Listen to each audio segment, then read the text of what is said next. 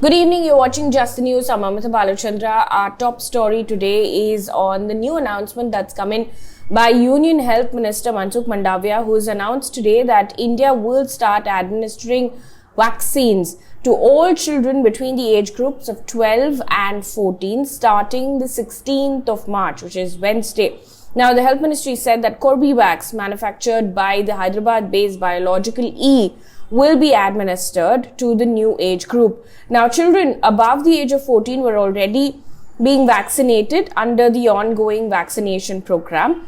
In the meantime, the restriction that only people with comorbidities above the age of 60 could get a booster dose has also now been removed, which means that all adults above the age of 60 can now get a booster dose.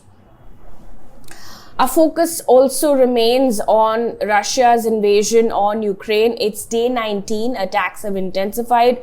This is the latest update. According to Kyiv's negotiator, the fourth round of talks between Russia and Ukraine are currently underway. Kyiv's lead negotiator has tweeted, and I quote, "Communication is being held, yet it's hard.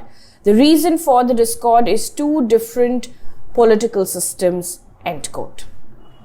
Meanwhile, at least one person was killed and a dozen others wounded when an apartment block in northern Kyiv was hit by what is believed to be artillery shelling as Russian forces edge closer to the heart of Ukraine's capital. Also, news that came in on Sunday, Russian airstrikes killed 35 people at a military base outside Ukraine's western city of Lviv on Sunday. Another 9 people were also killed in a strike in the southern city of Mykolaiv. Now, this was near a major crossing point used by refugees to enter Poland. Also, in a video address, Ukraine President Zelensky has said, and I quote, "If you don't close our sky, it is only a matter of time before Russian rockets fall on your territory or NATO territory," end quote. The shelling in Mariupol in the meantime continues, and it's quite bad, the situation there, according to the BBC, which says that Mariupol is suffering constant shelling, bombing, and some street battles as well.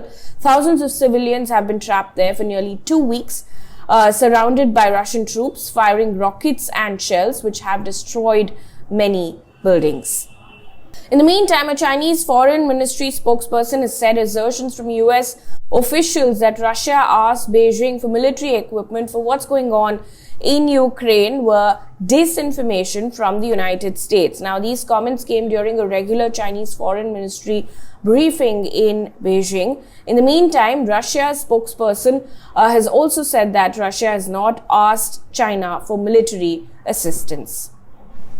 Also in the news, Brent Renaud, an acclaimed filmmaker, died on Sunday after Russian forces opened fire on his vehicle in Ukraine. Now, the 50-year-old was gathering material for a report about refugees when his vehicle was hit at a checkpoint in Irpin, just outside the Ukrainian capital of Kyiv. Now, Ukraine's Interior Ministry said that the area has sustained intense shelling by Russian forces in recent days. Now, moving on to oil prices and what's happening on that front, US benchmark oil West Texas Intermediate slid on Monday on Ukraine peace hopes and after major consumer China imposed a COVID lockdown in its tech hub of Shenzhen. Now, this is according to a report by Reuters, which says that Brent crude, the international benchmark, was trading at about $107 per barrel, down roughly 5%. In December, it cost about $65 per barrel before Russia's President Vladimir Putin invaded Ukraine. Meanwhile, Reuters has again reported, and this is an exclusive Reuters report, which cites 2 Indian officials who said that India is considering taking up a Russian offer to buy its crude oil and other commodities at a discounted price with payment via a rupee-ruble transaction. Now, India, which imports 80% of its oil, usually buys about 2 to 3% of its supplies from Russia, but with oil prices on the rise, Reuters says that the Indian government is looking to reduce its energy costs. Also in the news, Minister of State for Petroleum and Natural Gas Rameshwar Teli said in a written reply to a question in the Rajya Sabha on Monday that the government of India is closely monitoring global energy markets and potential energy supply disruptions as a fallout of the evolving geopolitical situation. In other news, now away from this big story, Civil Aviation Minister Jyotiraditya Scindia informed Parliament today that regular international flights can operate with 100% seating capacity starting the 27th of March. Now, the government had earlier banned all international scheduled flights for a week starting the 23rd of March 2020. Now, the ban stretched for nearly 2 years because of the pandemic. Also news coming in from West Bengal where two elected councillors of the TMC and Congress were shot dead in separate incidents in West Bengal on Sunday, according to the police. Now, Anupam Datta, the TMC councillor, Ward number 8 of Panihiti municipality in North 24 Parganas district, was shot at from a close range by unidentified motorcycle-borne youths while he was visiting a park. In the meantime, in the Jalda municipality of Purulia district, 4-time Congress councillor Tapan Kandu was shot at by 3 motorcycle-borne youths while he went for a walk near his residence in his ward number 2 in the evening.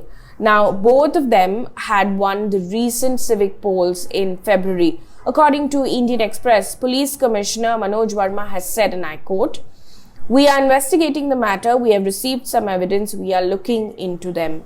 End quote.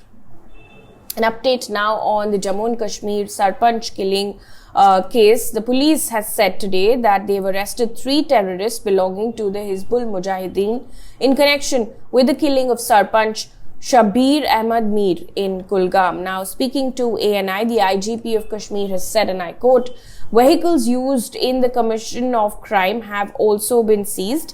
During the investigation, it was learnt that the Sarpanch was killed by Hizbul Mujahideen terrorist Mushtaq Yatu on the direction of Hizbul's chief commander Farooq Nali." End quote. Now, Shabir Ahmed Mir was shot by terrorists at his home in Kulgam, 70 kilometers away from Srinagar on the 11th of March. Now, this was the 3rd killing of a Sarpanch in the last 10 days. Also in the news, Paytm Payments Bank has dismissed a report claiming that it had leaked data to Chinese firms as false and sensationalist. Now, the bank took to Twitter to say, and I quote, "A recent Bloomberg report claiming data leak to Chinese firms is false and sensationalist. Paytm Payments Bank is proud to be a completely homegrown bank, fully compliant with RBI's directions on data localization. All of bank's data resides within India." End quote. Last week, the RBI had banned Paytm Payments Bank from onboarding any new customers, post which Paytm shares also dropped. Now, news agency Bloomberg had reported that the RBI, or Reserve Bank of India, had found that the company's servers sharing information with China-based entities that indirectly own a stake in the Paytm Payments Bank. And this was the allegation which the company has denied and has said it is completely false.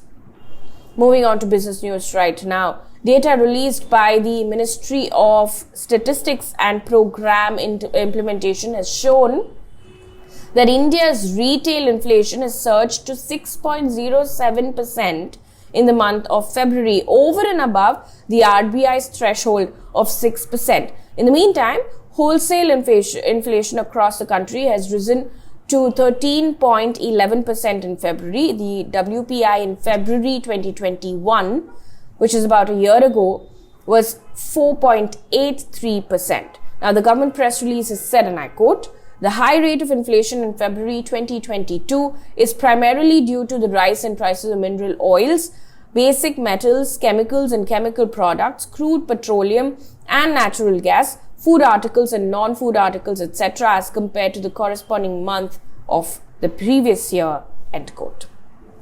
Also an update in the NSE scandal, where a Delhi court today has sent Chitra Ramakrishna, former managing director and chief executive officer of the NSE or National Stock Exchange, to judicial custody till the 28th of March in a 2018 case of Bourse manipulation. Now, Special Judge Sanjeev Agarwal has said that Ramakrishna is not a VIP and will not be provided special facilities inside the jail.